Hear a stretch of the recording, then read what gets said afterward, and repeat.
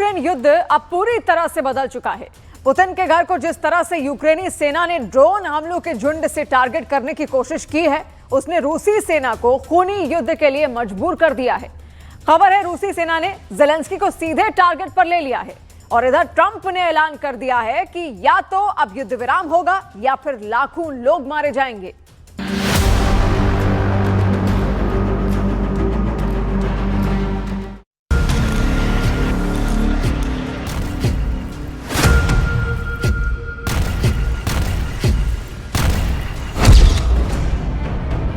Putin के घर 91 हमले, ट्रंप बोले अब लाखों मरेंगे।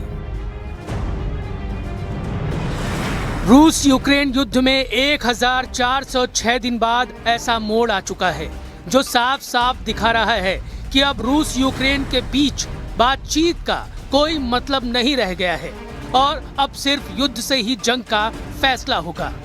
राष्ट्रपति पुतिन ने खुद ट्रंप को फोन पर बताया है कि उनके घर पर यूक्रेनी सेना ने 51 आत्मघाती ड्रोन के झुंड से हमला किया है। इस खबर से न सिर्फ राष्ट्रपति ट्रंप हैरान रह गए बल्कि यूरोपीय देशों को भी सांप सूंघ गया है। बेलारूस से आई रूसी हाइपरसोनिक मिसाइल और शनिक की तैनाती की तस्वीरों ने यूक्रेन से लेकर यूरोप तक कोहराम मचाना शुरू कर दिया है, क्योंकि रूस जब भी यूरोपीय देशों पर अपने मिसाइलों से हमला करेगा तो वो बेलारूस की जमीन से करेगा, क्योंकि बेलारूस से यूरोपीय देशों पर मध्यम दूरी की बैलिस्टिक हाइपरसोनिक मिसाइल और शनिक से हमला करना कहीं ज्यादा आसान और घातक होगा। रूसी जनरल और कमांडरों ने यहाँ तक दावा किया है कि अब रूसी सेना यूक्रेन के जापोरिजिया शहर से सिर्फ 15 किलोमीटर दूर रह गई है। हम आपको बता दें, जापोरिजिया को ज़ेलेंस्की किसी भी कीमत पर रूस को सौंपने को तैयार नहीं है, क्योंकि जापोरिजिया में दुनिया का 10वां सबसे बड़ा न्यूक्लियर पावर प्लांट लगा हुआ है, जो यूक्रेन का पावर हाउस कहा जाता है। अगर ये भी रूस के हाथ चला गया तो समझिए यूक्रेन की हार पर मुहर लग जाएगी। लेकिन जिस तरह से पिछले 30 घंटे में पुतिन के घर पर 91 ड्रोन से हमले की कोशिश हुई है, उससे ट्रंप चौंक गए हैं और ट्रंप ने खुद कहा है कि अब या तो युद्ध विराम होगा या फिर लाखों लोगों की जान जाएगी। हम खबर की शुरुआत करते हैं। अभी तक यूक्रेन और यूरोप युद्ध के परमाणु अभ्यास, परमाणु मिसाइलों और परमाणु बम वर्षकों की धमकियों को कोरी बकवास और गीदड़ भभकी मानकर चल रहे थे। लेकिन अब रूस यूक्रेन जंग के हालात इतने ज्यादा बदतर हो चुके हैं कि अब रूस भी यूक्रेन को तबाह करने में कोई कसर नहीं छोड़ेगा। जो रूस यूक्रेन का पूर्वी हिस्सा जीतने के बाद यूक्रेन पर हमले बंद करने का ऐलान कर रहा था, वो रूस अब पूरे यूक्रेन पर नजरें गड़ाने लगा है। हैरानी की बात तो ये है कि ज़ेलेंस्की को भी एहसास हो चुका है कि रूस को रोकना नामुमकिन है और अब इसके पीछे की सबसे बड़ी वजह है रूस पर यूक्रेनी सेना का वो हमला, जिसमें सीधे सीधे राष्ट्रपति पुतिन को मारने की कोशिश की गई है। पुतिन ने ट्रंप के साथ फोन पर हुई बातचीत में दावा किया है कि यूक्रेनी सेना ने राष्ट्रपति ज़ेलेंस्की के आदेश पर रूस के नोवगोरोड स्थित पुतिन के सरकारी आवास पर बहुत बड़ा ड्रोन हमला करने की कोशिश की है।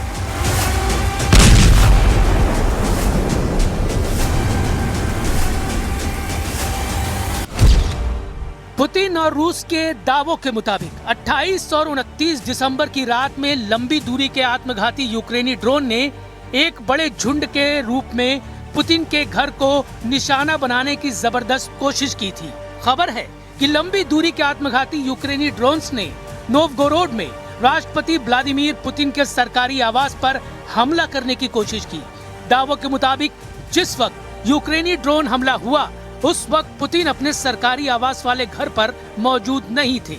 ऐसा दावा किया गया है कि यूक्रेनी सेना की खुफिया एजेंसियां इस बड़े मिशन में शामिल थीं, जिसमें 91 आत्मघाती ड्रोन का इस्तेमाल हुआ है।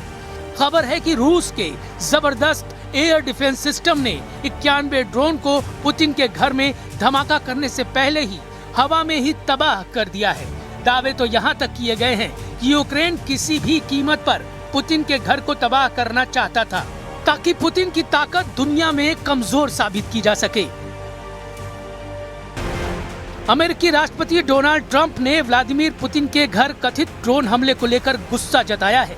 ट्रंप ने कहा कि उन्हें बताया गया कि यूक्रेनी ड्रोन के एक झुंड ने पुतिन के घर को निशाना बनाया था। फ्लोरिडा में ट्रंप ने कहा कि पुतिन ने एक कॉल के दौरान मुझसे ये मुद्दा उठाया था। मुझे लगता है कि इस तरह की घटनाएं नहीं होनी चाहिए। डोनाल्ड ट्रंप ने कहा, आपको पता है, मुझे इस हमले के बारे में राष्ट्रपति पुतिन ने बताया। उन्होंने कहा कि उन पर हमला हुआ था। ये ठीक नहीं है। मैं इसे लेकर बहुत गुस्से में हूँ।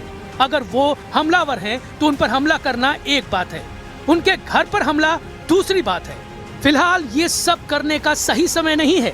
इधर रूस के विदेश मंत्री सर्गेई लावरोव के मुताबिक यूक्रेन ने 28 और 29 दिसंबर की रात 91 ड्रोन से हमला किया, जिसे रूस के एयर डिफेंस सिस्टम ने नाकाम कर दिया। लावरोव ने चेतावनी दी कि हमले का जवाब दिया जाएगा। उन्होंने इस हमले को आतंकवाद करार दिया।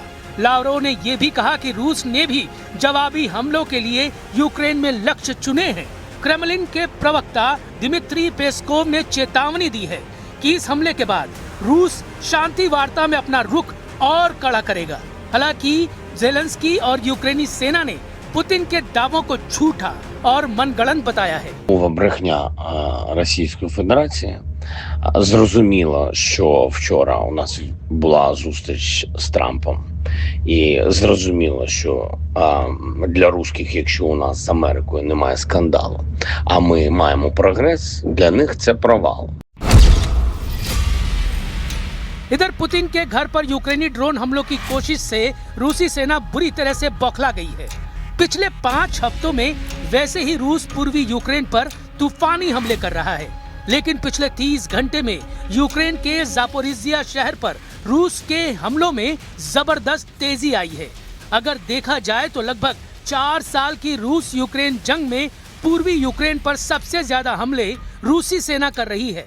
व्लादिमीर ज़ेलेंस्की ने कहा है कि यूक्रेन अमेरिका के समर्थन के बिना रूस के खिलाफ युद्ध नहीं जीत सकता और उन्होंने मॉस्को पर शांति वार्ता को बाधित करने का आरोप लगाया है।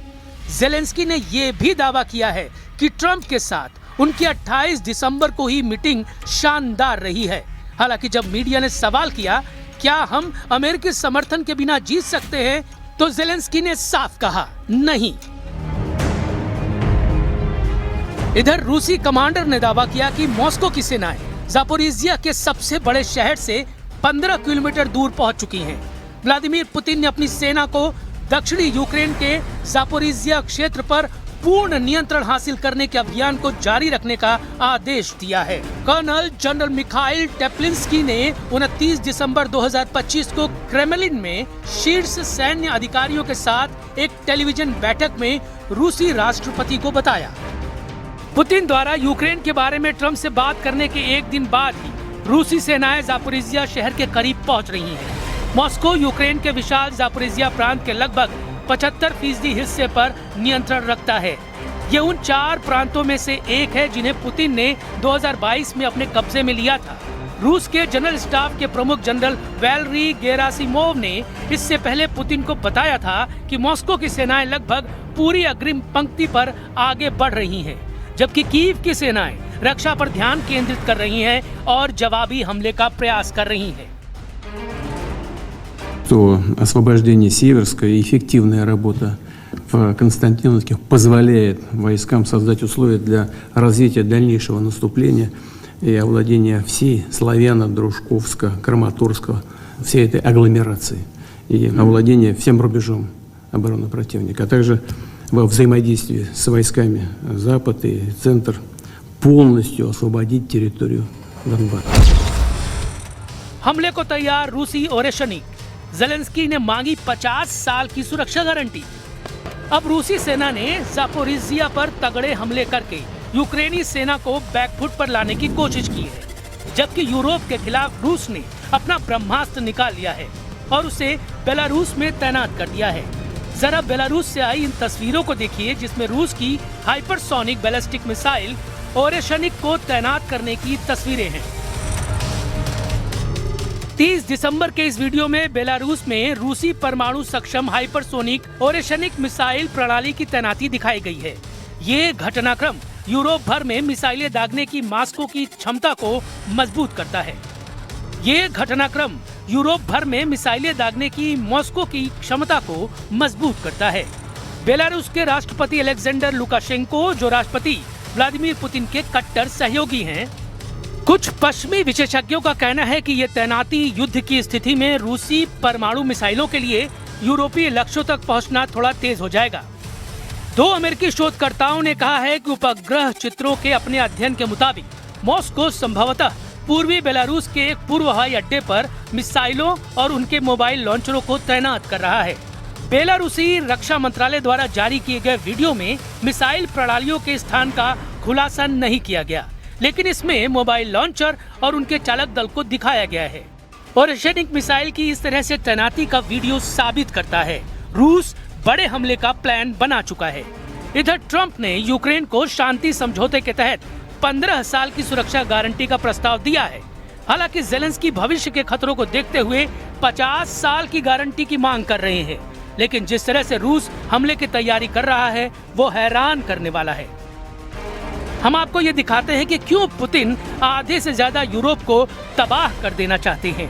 क्यों रूस को लगता है कि अमेरिका को अपनी शर्तों पर दबाना आसान है, लेकिन यूरोप को दबाना बेहद मुश्किल है। इसे भी आप जरा समझ लीजिए।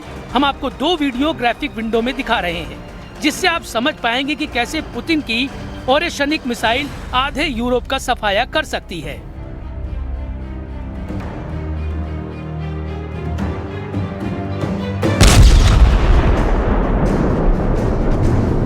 रूस की नई ओरेशनिक हाइपरसोनिक बैलिस्टिक मिसाइल की मारक क्षमता और उसके दायरे में आने वाले यूरोपीय देशों से जुड़ी हैरान करने वाली रिपोर्ट सामने आने लगी है।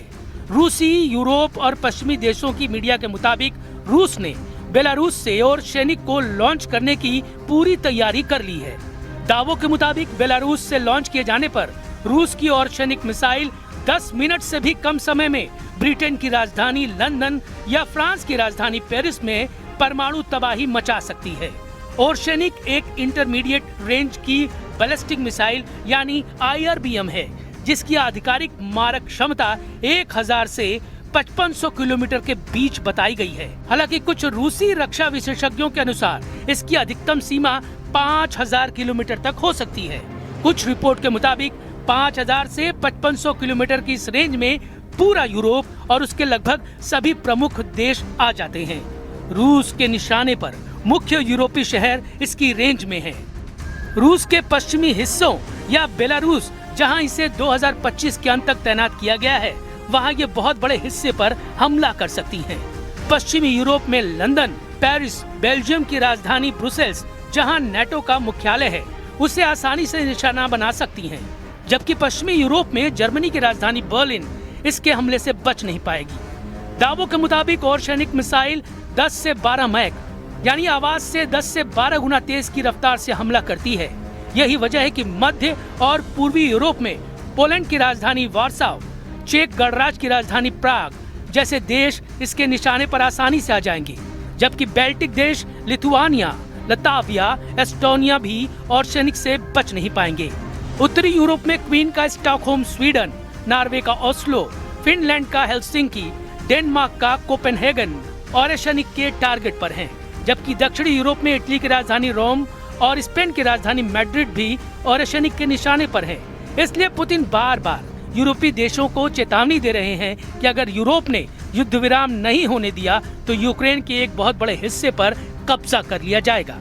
Зараз не тільки отримує підтримку від наших друзів, від наших сусідів, але й пропонує досвід свого захисту в цій війні. Сьогодні Україна володіє найбільш передовими технологіями захисту життя людей та найбільшими сильними можливостями виробництва зброї. Зброя, яка є сучасною, яка є ефективною. І я пропоную Польщі увесь цей досвід. Ми про це сьогодні говорили з президентом. ऐसे हालात में रूस के पास एक ही विकल्प बचा है कि वो यूक्रेन के साथ साथ यूरोप पर भी सीधा हमला करे, और ऐसी स्थिति में तीसरे विश्व युद्ध को रोकना संभव है। अगर ऐसा होता है तो दुनिया का सर्वनाश तय है, क्योंकि कोई भी पक्ष हार बर्दाश्त नहीं कर पा रहा है।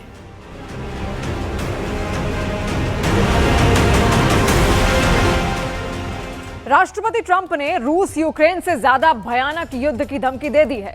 नेतन्याहू से मीटिंग के बाद ट्रंप इतने गुस्से में हैं कि उन्होंने ईरान के एटमी अड्डों को भस्म कर डालने का ऐलान किया है। ट्रंप ने कहा है कि अगर ईरान ने दोबारा एटमी अड्डे बनाए तो बर्बाद होने के लिए तैयार रहे। उधर अमेरिका ने प्रशांत महासागर से गुजर रहे जहाज को बम से उड़ा दिया है, लेकिन ट्रंप को चीन से खतरनाक चैलेंज मिला है। चीन ने ताइवान को घेरकर रॉकेट की बौछार कर दी है।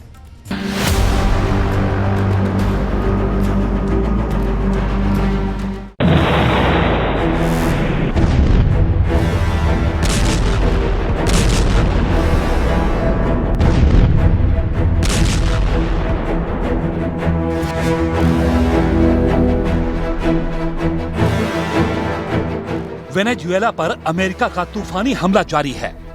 चीन ने ताइवान पर युद्ध थोपकर उसे हड़पने की शुरुआत कर दी है। यमन में सऊदी अरब, संयुक्त अरब अमीरात में हमले शुरू हो गए हैं। इजराइल ने ईरान और उसके लड़ाका ग्रुप को दहलाने का लाइसेंस ट्रंप से ले लिया है। तुर्की ने इजराइल से दुश्मनी का हिसाब लेने का वॉर जोन सोमालीलैंड चुन लिया है। 2026 में दुनिया देखने जा रही है सबसे भयानक युद्ध, लेकिन जीतेगा कौन, सलामत रहेगा कौन? कैलेंडर पर जैसे ही तारीख बदल रही है, वैसे ही दुश्मनी निभाने के बारूदी तेवर दिखाई देने लगा है। 25 से 26 के विस्फोटक होने की गारंटी अमेरिका ने दी है, लेकिन इतने युद्ध, इतनी तबाही, इतनी त्रासदी को क्या कोई रोक सकता है? फिलहाल तो ये मुमकिन नहीं।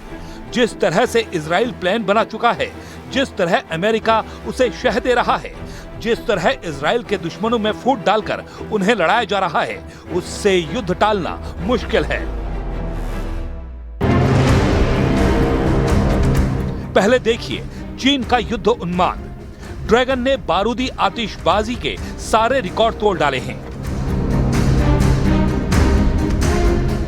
ताइवान पर टारगेट कर चीन ने रॉकेट की बौछार की है। चीन ने बम वर्षक भेजकर ताइवान को दहलाने के सिग्नल दिए हैं। चाइनीज नेवी के वॉरशिप ताइवान को घेरकर हमले के लिए तैयार हैं। ड्रैगन के असॉल्ट शिप ताइवान के उत्तर और दक्षिण में लंगर डाल चुके हैं। चीन की ईस्टर्न थिएटर कमांड ने ताइवान के करीब 5 जगहों पर भारी सैन्य तैनाती कर रखी है। चाइनीज नेवी और एयरफोर्स यूनिट समुद्री और हवाई टारगेट पर स्ट्राइक कर रही है। चीन ने 3 साल बाद इतना बड़ा वॉर रिहर्सल शुरू किया है।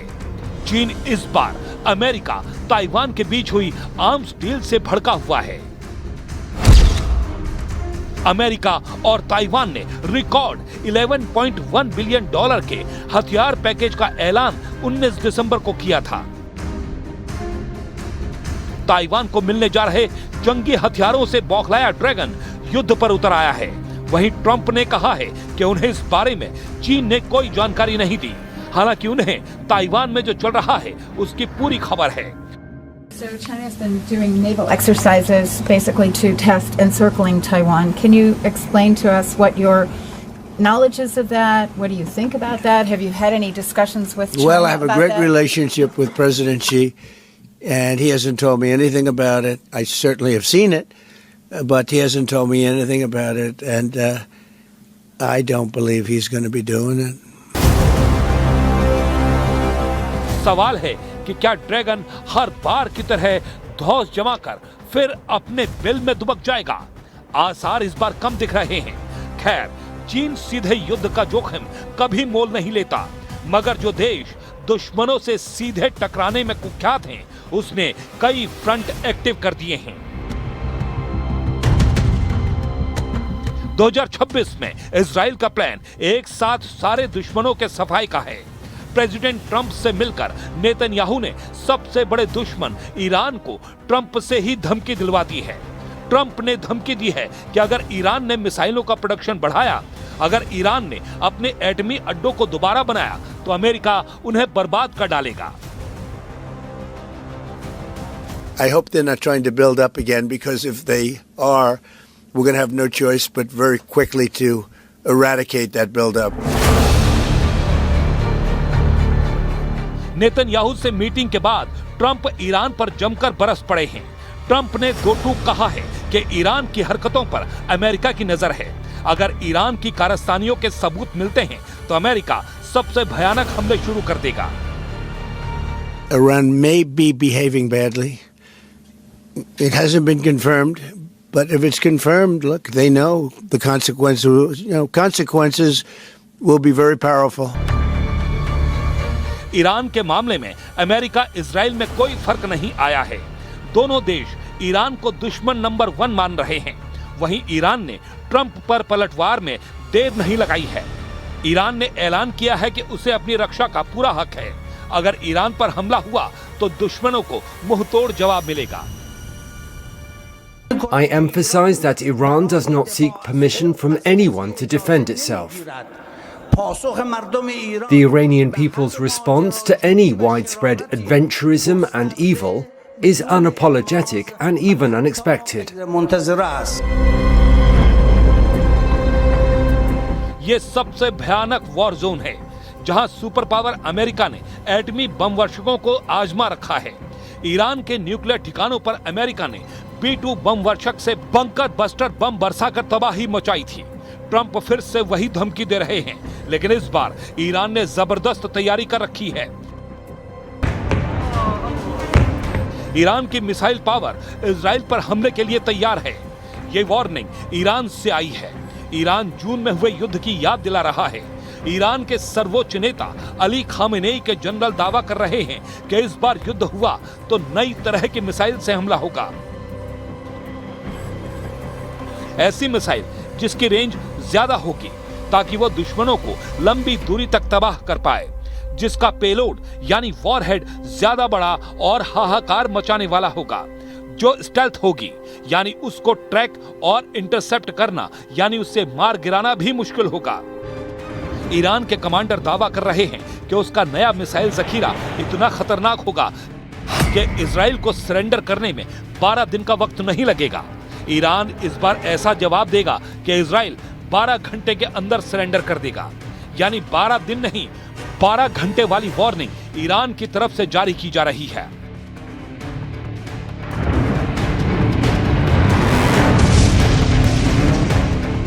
इजराइल के प्रधानमंत्री नेतन्याहू भी जानते हैं कि इस वक्त खामेनेई का इरादा क्या है और अगर ईरान पर हमला किया गया तो काउंटर अटैक किस लेवल का होगा। इसलिए इजराइल में ईरान की मिसाइल पावर को लेकर सायरन बजना शुरू हो गया है।